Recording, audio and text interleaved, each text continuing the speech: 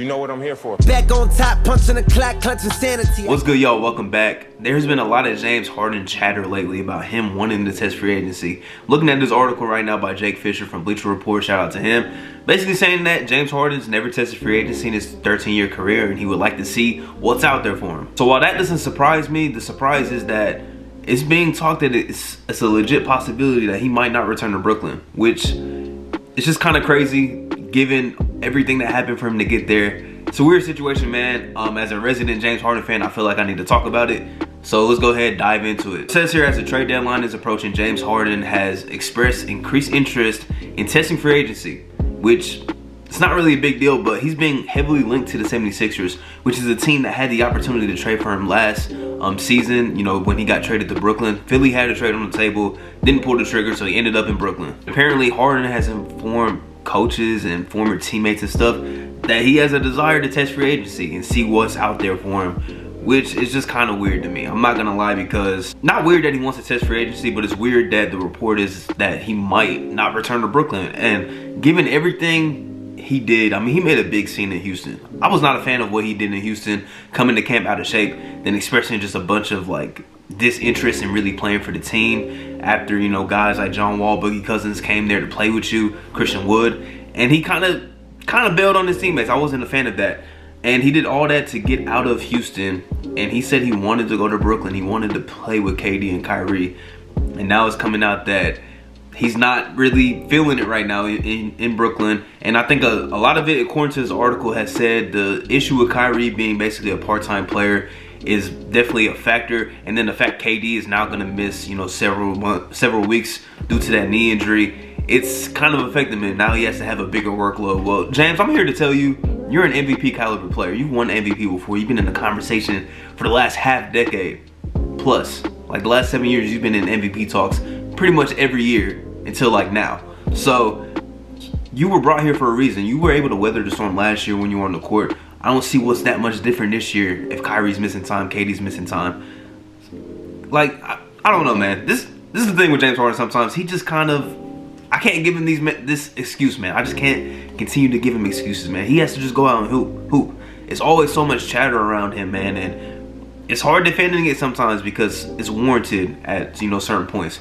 But basically, he's looking to test free agency. Philly is being heavily linked to him, and it's just the fact, like, I'm just mad Philly just didn't pull the trigger last year. Like, you could have just traded Ben Simmons last year. We could have avoided all of this Ben Simmons drama. He could still be playing basketball, but they decided not to. And you know he's going to be linked to them because very close with Daryl Morey. Apparently he's close with one of the Sixers owners, Michael Rubin. So he has ties to Philadelphia. He has ties to them for sure. But man, it's a weird situation. It also says that he has not enjoyed living in Brooklyn.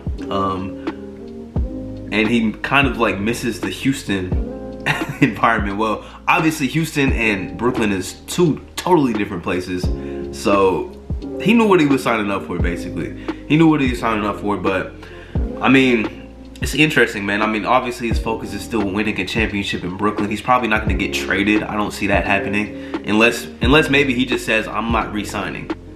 You know, maybe that is the only way, like, Brooklyn might panic and trade him, you know, to a Philadelphia for Ben Simmons and maybe more assets because James Harden is still that good. But I mean, that's kind of funny. Like, you asked to go to Brooklyn and now it's like, I don't like it here. Like, kind of indecisive, man. And the big knock on James Harden's like career, he has all the individual accolades you could really ask for. He has scoring titles. He has, you know, leading the league in assists. Like, he has a whole bunch of, you know, statistical stuff, statistical feats, all-star appearances, all that.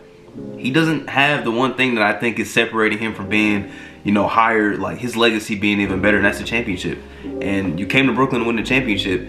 And if he like leaves Brooklyn in the offseason after a year and a half and you don't succeed in winning that championship, major disappointment, man. And it might make the Houston Rockets trade not look as bad as a lot of people perceive it to be, especially myself. Because if James Harden leaves, then that's a W for Houston because those draft picks could become a little more valuable potentially down the line. James Harden is open to teaming up with Joel Embiid, which is interesting. That would be a very interesting dynamic because Joel's been so good, but I think James could adjust his game. I think he could very much benefit playing with Joel. And I think same thing for Embiid too, because you have that elite playmaker. I think that pick and roll game would be absolutely filthy for sure. But I don't see it happening. At least not before the trade deadline. That would be kind of interesting to see a shakeup. But then again, I would just be so sideways on James Harden, man. I would be looking at him very sideways, like bro, you basically made your bed, like just laying it. Go win the championship in Brooklyn, like go and try and win that championship. And I don't know, man. All this complaining and stuff, I understand. Like he's probably tired of carrying the load because he did that so much in Houston. But at the same time, man, this is what, this is why you're an all-time, great at your position. To be able to have these moments when Kyrie's not playing as many games as he could be, and then KD's out with an injury.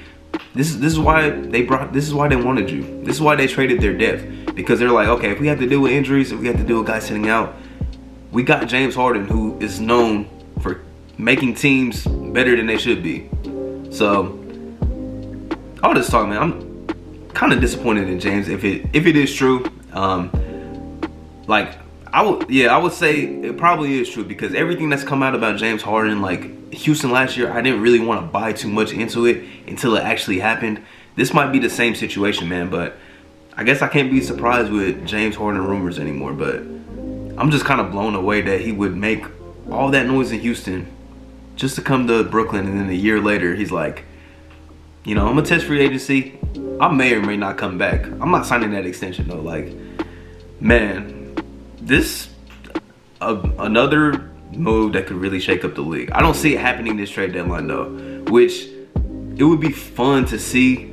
Just like a shake up, like maybe a Ben Simmons and whoever else in Philly for James Harden. That would be interesting, and I think that would make the East even more compelling than it already is.